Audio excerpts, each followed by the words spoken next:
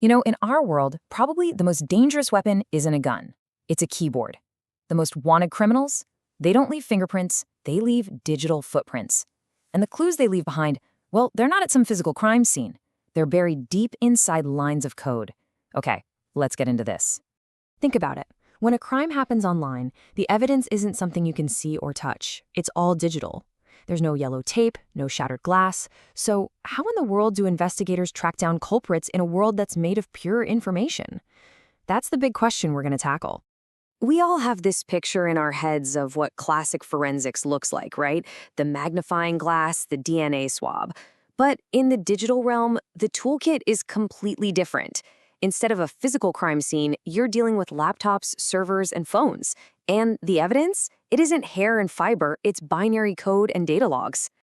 To really get a handle on digital forensics, we first have to understand where it all came from. So let's start with those foundational ideas of forensic science. The stuff you probably recognize from your favorite crime shows.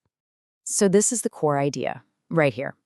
It's a concept that's been popularized by everyone from Sherlock Holmes all the way to modern-day CSI. It's really just about taking the rigor of science, observation, testing, analysis, and applying it to the messy, complicated world of law and crime.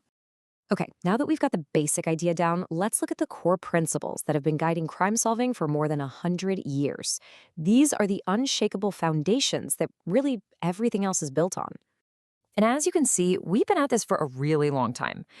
From figuring out poisons way back in the early 1800s to using fingerprints for identification and then opening the very first dedicated crime labs, forensic science is a field that's built on centuries of innovation. This single sentence from a guy named Edmund Locard is, well, it's arguably the most important concept in all of forensic science. This one idea completely changed criminal investigation forever. So here's the crucial point. Every action leaves a reaction. A footprint in the mud, a fiber on a jacket, a drop of blood.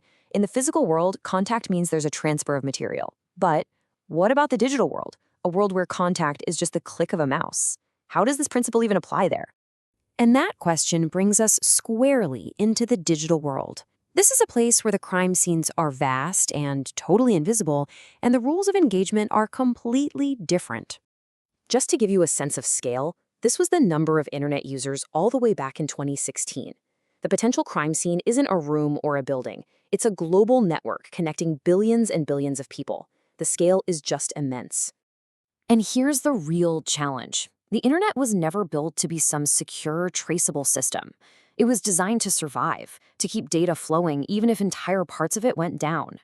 This focus on robustness, which is brilliant for communication, by the way, well, it's a total nightmare for investigators who are trying to follow a trail.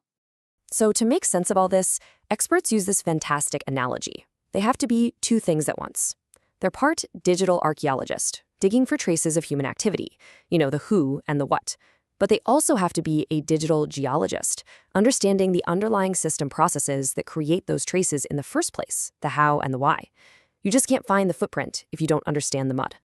Okay, so with all this complexity, how do you make sure that the digital evidence you find is reliable? How do you know it can actually be used in court? Well, that's where a really strict set of rules comes into play. The absolute number one golden rule is evidence integrity. Digital data is incredibly fragile. One wrong click, a simple command, and you could alter it forever.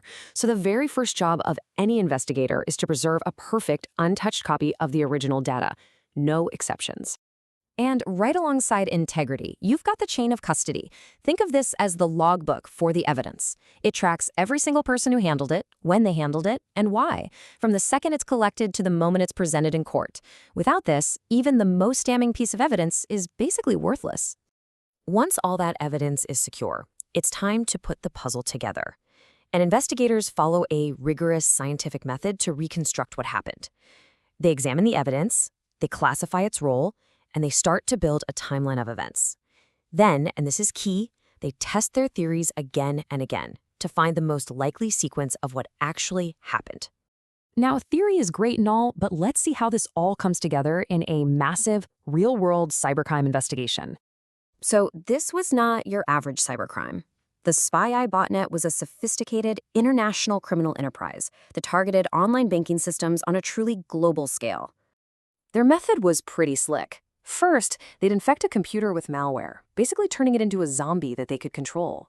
Then, they'd link up thousands of these machines into this powerful network, a botnet. From there, they could silently steal banking info, transfer funds to so-called money mules, people they recruited to move the stolen cash and make it harder to trace, who would then launder it all through a bigger criminal network. And the scale of this was just staggering. The spy eye malware infected an estimated 50 million computers all around the world. I mean, can you even imagine trying to investigate a crime that's spread across 50 million different crime scenes? The financial damage was equally massive. We're talking estimated losses to individuals and financial institutions that got close to $1 billion US. Just incredible. But here's the amazing part. Despite all that complexity, investigators unraveled the entire operation. By meticulously maintaining that chain of custody for every piece of data, and by preserving the integrity of countless digital crime scenes, they followed the money and they followed the code. They reconstructed the events, they tested their hypotheses, and they built an airtight case that led directly to the programmers. This is what digital forensics looks like in action. And that brings us to our final thought here. The spy eye case was incredibly complex, but the challenges are only getting bigger. As AI gets better and better at creating convincing fakes, how will investigators be able to tell what's real from what's manufactured? The search for digital truth, well, that's a battle that's really just beginning.